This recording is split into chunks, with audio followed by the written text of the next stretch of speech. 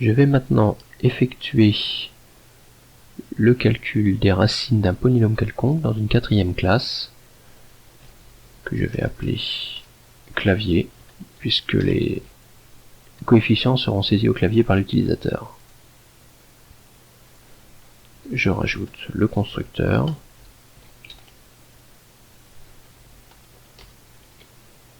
et l'appel au constructeur depuis la fonction main de la première classe.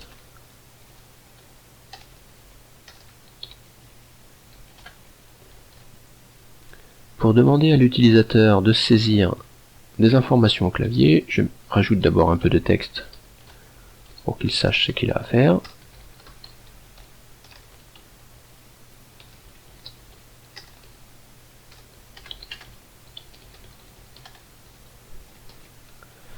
Puis j'utilise un scanner, donc qui est une variable d'un type un peu particulière, une classe particulière,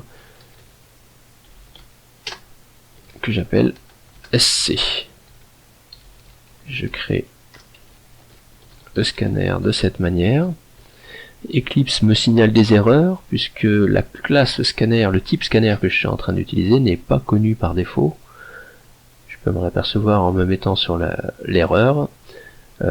Il me dit ici que c'est un type qui ne peut pas être résolu, donc je clique sur cette erreur et il me propose d'importer ce nouveau type, ce qu'il fait ici au début de la classe. Donc ça sera la méthode la plus simple, je pense, sous Eclipse.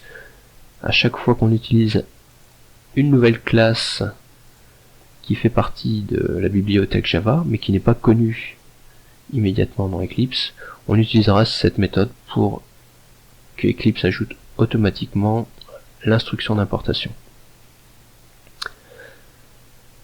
L'utilisateur doit saisir ici une variable A, supposons qu'il saisisse une variable de type entier ou même à virgule, donc je vais utiliser une variable de type double et utiliser l'instruction sc next double.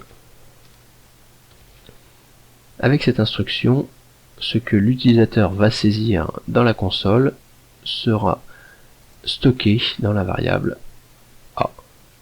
Je refais la même chose pour les deux derniers coefficients, B et C, que je place dans ces mêmes variables. Une fois les trois variables saisies, je vais pouvoir réutiliser les mêmes instructions que dans la classe précédente, et donc réutiliser ces instructions. Je reformate. Une erreur ici, puisque comme les variables A, B et C sont de type double, le résultat discriminant, lui, doit aussi être de type double.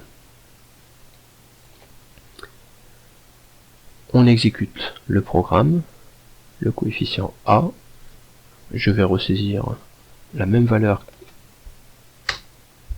qu'à la classe précédente, 12 et moins 6, et je vérifie ainsi que je retrouve exactement les mêmes valeurs que précédemment. Je peux réexécuter ce programme avec d'autres valeurs, 1, 2, 1, et cette fois-ci, on voit qu'on obtient une racine double qui vaut moins 1.